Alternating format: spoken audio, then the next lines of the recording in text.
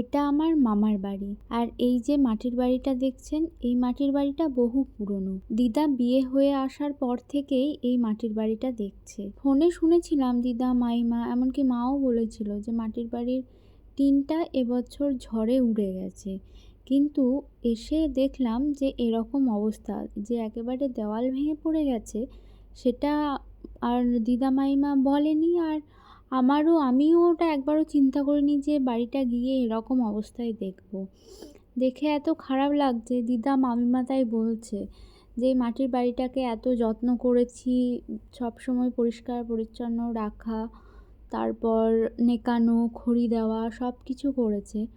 তো গিয়ে এরকম অবস্থায় দেখে সত্যিই খুব খারাপ লাগলো। আর দিদা মাইমা বলছে তো আমাদের চোখে জল চলে এসছে যখন দেওয়ালটা এরকম পড়তে দেখা যায়। তো কী হয়েছে, এবার যখন মামার বাড়ি গেলাম, আমরা মামার বাড়ি গেলে প্রথমেই মাটির বাড়িটায় উঠি, হাত মুখ ধুয়ে ওখানেই আগে বসি, ফল মিষ্টির ব্যাগ মাটির বাড়িটাতেই রাখি, তারপরে জামাকাপড় ছেড়ে পাকা বাড়িটাতে যাই।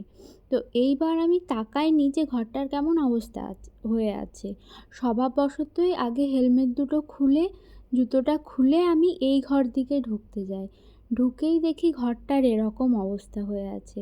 তখন জিজ্ঞেস করলাম যে তোমরা তো বলছিলে টিন উড়ে গেছে, তো একেবারে দেওয়াল পড়ে গেছে। জিজ্ঞেস করলাম দিদাকে, মাইমাকে, বলছে হ্যাঁ টিন উড়ে গেছিলো, তারপরেও জল পেয়ে পেয়ে এরকম হয়ে গেছে।